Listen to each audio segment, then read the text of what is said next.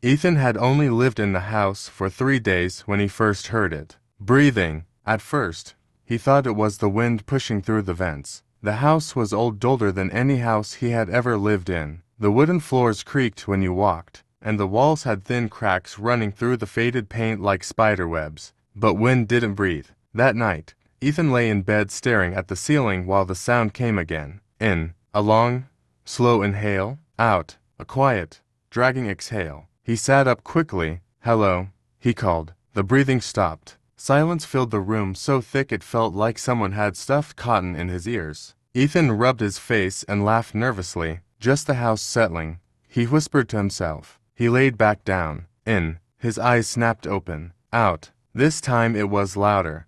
Closer. It wasn't coming from the vents. It was coming from the wall beside his bed. Ethan slowly turned his head. The breathing grew deeper, like something on the other side of the wall was exhausted, or watching him. His hand trembled as he reached out and placed it against the drywall. The wall felt warm. Then it moved. Just slightly, like something inside had shifted. Ethan jerked his hand back. His heart pounded so loudly he could barely hear anything else. Then came a faint scratching sound. Scratch, scratch, scratch. From inside the wall, something was dragging its nails slowly across the inside of the house. Ethan grabbed his phone and turned on the flashlight. The beam lit up the pale wall beside him. The scratching stopped. For a moment, nothing happened. Then a small bump pushed outward from the drywall. Ethan froze. Another bump appeared beside it. Then another. 5 small shapes slowly pressed against the wall. Finger shapes, like a hand pushing from inside.